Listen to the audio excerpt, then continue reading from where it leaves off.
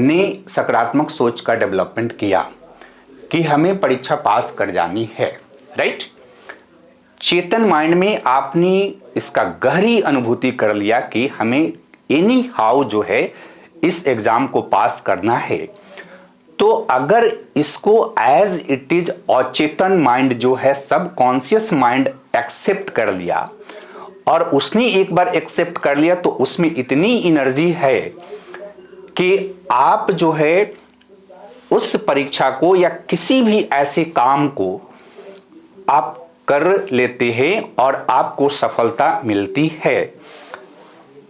लेकिन अगर इसमें नकारात्मकता आ गई, जो कि मन के हारे हार में हम बात करेंगे, तो मन के हारे हार का मतलब क्या है कि अगर उसमें नकारात्मकता आ गई है ना, कि यहां चेतन माइंड जो है, चेतन मन जो है, इसमें नकारात्मक प्रवृत्ति है, राइट। तो फिर आपका अचेतन माइंड जो है, सबकॉन्शियस माइंड जो है, उसी को एक्सेप्ट कर लेता है और उसी की प्रतिक्रिया करता है, जिसके कारण आपको असफलता मिलती है। और दोनों में ही, जैसे स्वामी विवेकानंद भी कहते हैं द पावर ऑफ माइंड में, कि जो माइंड जो है उसमें असीम ऊर्जा है, right. Everything possible in your life through your mind power.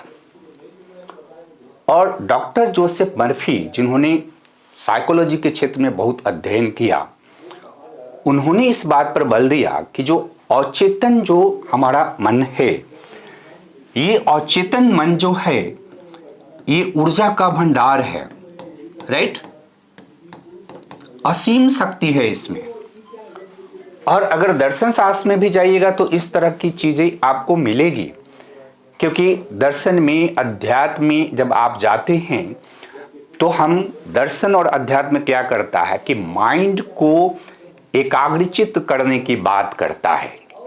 यानी ये जो विचार है, ये जो विचार माइंड में है, अगर इसका प्रैक्टिकल उपयोग आप करते हैं तो जैसे मन के जीते जीत, यानी मन से ही आप जीत कैसे हासिल करेंगे, यानी आपका मन जो है में संकल्प है, राइट, इसमें विचार है, और ये विचार जो है सकारात्मक है, तो आपको सफलता मिलेगी, राइट। जैसे अरस्तु भी कहता है, और इसको आप लिखेंगे कि अरस्तु कहता है कि जो व्यक्ति जैसा सोचता है वह ऐसे ही बन जाता है। इसी तरह से कोटेशन है, जैसा अंदर वैसा बाहर, जैसा ऊपर वैसा नीचे, है ना। जैसा अंदर वैसा बाहर, जैसा ऊपर जैसा नीचे का मतलब क्या है कि देखो, हमने आपको कहा कि मन जो है इसके दो एस्पेक्ट हैं, एक तो चेतन और दूसरा अचेतन। तो जिस व्यक्ति में चेतन और अचेतन के बीच संतुलन उत्पन्न हो जाती है, बैलेंस उत्पन्न हो जाती है, यानी कि जो चेतन माइंड जो है अगर वह संतुलित है और अचेतन माइंड भी, चूंकि संतुलित निर्देश उसको प्राप्त हो रहा है, तो संतुलित निर्देश प्राप्त हो रहा, तो अचेतन माइंड और चेतन माइंड दोनों में बैलेंस स्थापित हो जाता है। तो इसके संतुलन से सफलता आपकी निर्धारित होती है, यानी जो व्यक्ति सफल हैं, राइट। तो अगर दोनों में संतुलन है तो इस संतुलन का प्रतिफल क्या होता है कि आपके मन में सकारात्मक विचार आती है। सकारात्मक विचार आने का मतलब क्या है कि यहां पर आपका मन स्थिर होगा, ठीक है। और आपका मन स्थिर है, इसका मतलब ये एकाग्रचित्त है, यानी ये कॉन्सेंट्रेट रहेगा। एकाग्रचित्त होने का मतलब क्या है कि जो आपकी मानसिक ऊर्जा है, उस मानसिक ऊर्जा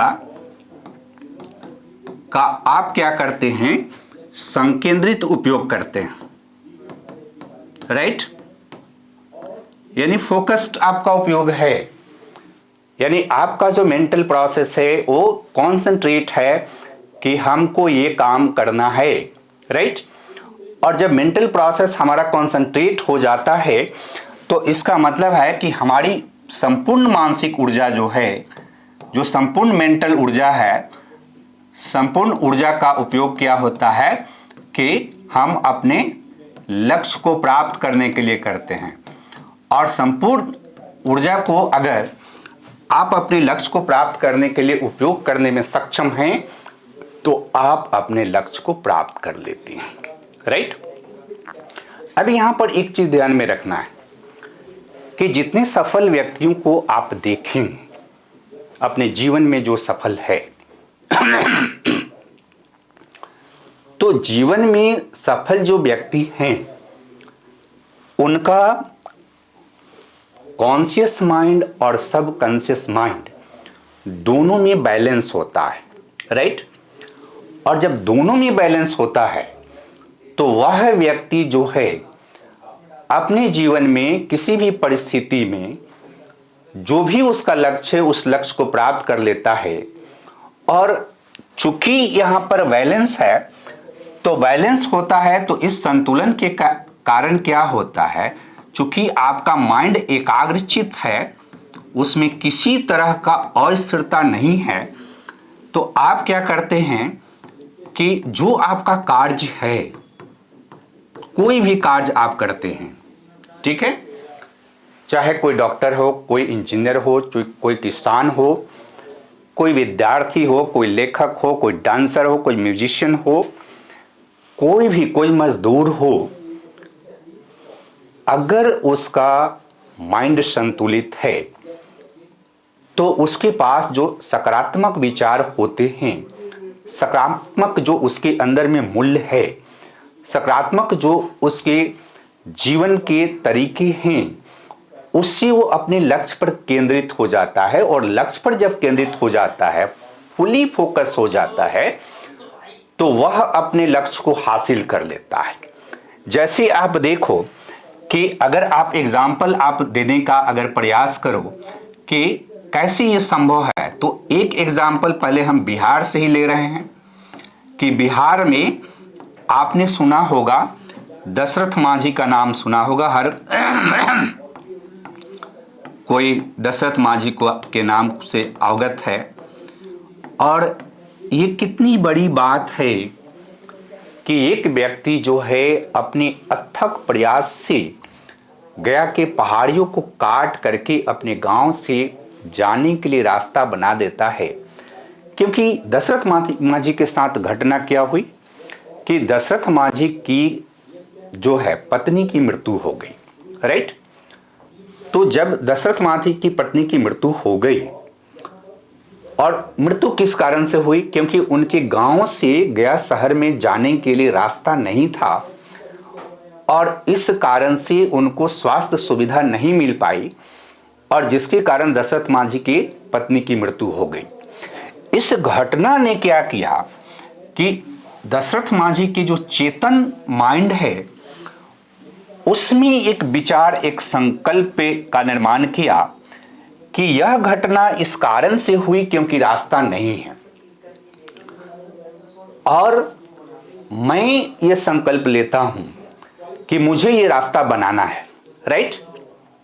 ध्यान ये रखना है कि ये कितनी बड़ी बात है कि मन के पावर से, माइंड पावर से, जैसा कि हमने कहा कि साइकोलॉजी में इस तरह के अध्ययन है कि माइंड पावर से आप सब चीज जीत सकते हैं, सब चीज आपके बस में है। तो इनके जो चेतन माइंड है, उस चेतन माइंड में ये घटना हुई, घटना ने इनको प्रभावित किया, और फिर इनके चेतन माइंड ने संकल्प लिया कि हमको रास्ता बनाना है, रास्ता का निर्माण करना और पहाड़ को काटना है, राइट।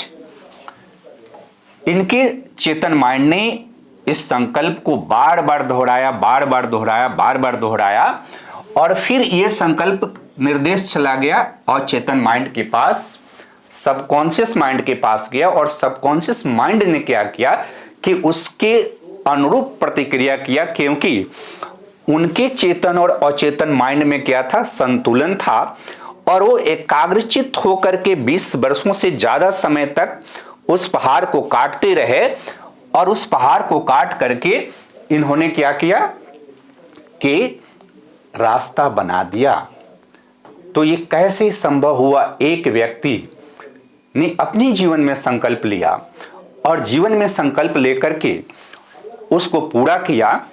इसका मतलब क्या है कि मन के जीते जीत है, यानी मन में आपका संकल्प है पॉजिटिव, तो आप क्रिएटिव भूमिका अदा कर सकते हैं। और ये केवल भारत में नहीं हो रहा, ठीक है।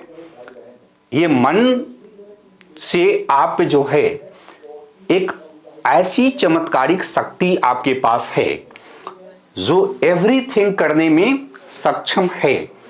क्योंकि अगर आप मध्यकाल से एग्जाम्पल लोगे तो देखो, मध्यकाल में एक भूगोल का अध्ययन करता था मध्यकालीन विश्व में, ये यूरोप में, आप नाम सुने होंगे मैगलन का, ठीक है।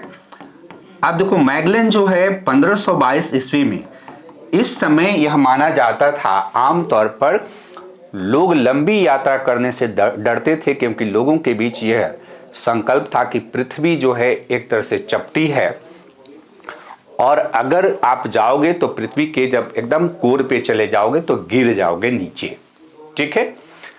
लेकिन मैगलन ने जो है 1522 ईस्वी में पूरे विश्व का भ्रमण करके इस बात को स्थापित कर दिया कि ये जो कॉन्सेप्ट है जो पहले से आ रही है, लोग जाने से डरते थे, उसने समुद्र के रास्ते पूरे विश्व का चक्कर लगा लिया और इस बात को प्रमाणित भी कर दिया कि पृथ्वी गोल है। लेकिन मैगलन की जो यात्रा थी, उस यात्रा में उसके सारे नाविक मर गए थे, केवल जिंदा पहुंचा मैगलन। तो मैगलन ये कैसे कर सका? ये इस कारण से मैगलन कर सका क्योंकि मैगलन का जो मन था, मैगलन का जो संकल्प था, उसके मन में जो विचार थे, उस विचार ने उसमें इतनी साहस का सृजन किया, उसमें इतनी शक्ति का कंसंट्रेशन किया कि अल्टीमेटली मैगलन जो है इसे जो है अचीव करने में सक्षम हुआ। आप अदर एग्जाम्पल भी देख सकते हो कि इसके पक्ष में एग्जाम्पल, अगर आप मन के जीते जीत में एग्जाम्पल देना चाहो, राइट,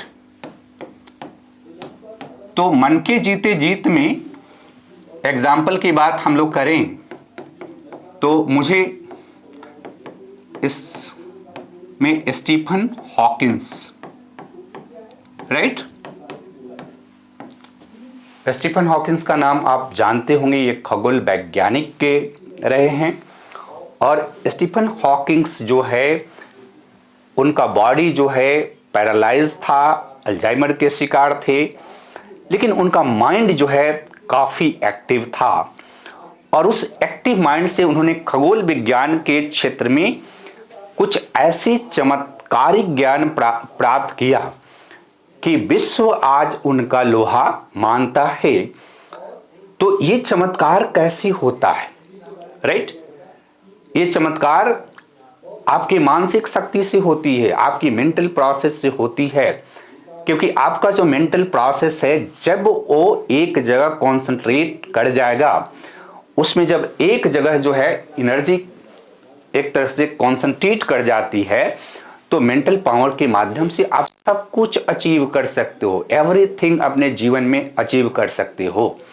एक और एग्जाम्पल, अगर इस तरह का एग्जाम्पल आप देना चाहे तो एक एग्जाम्पल आप यहां से लीजिए कि रेजांगला युद्ध, शायद आप लोग जानते होंगे या नहीं जानते होंगे, तो इसको भी ध्यान में रखिए कि रेजांगला का युद्ध जो है, ये युद्ध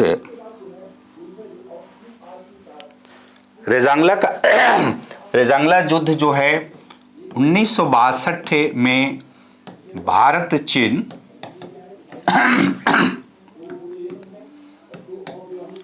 ये युद्ध के दौरान जो है, रेजांगला जो है लद्दाख में,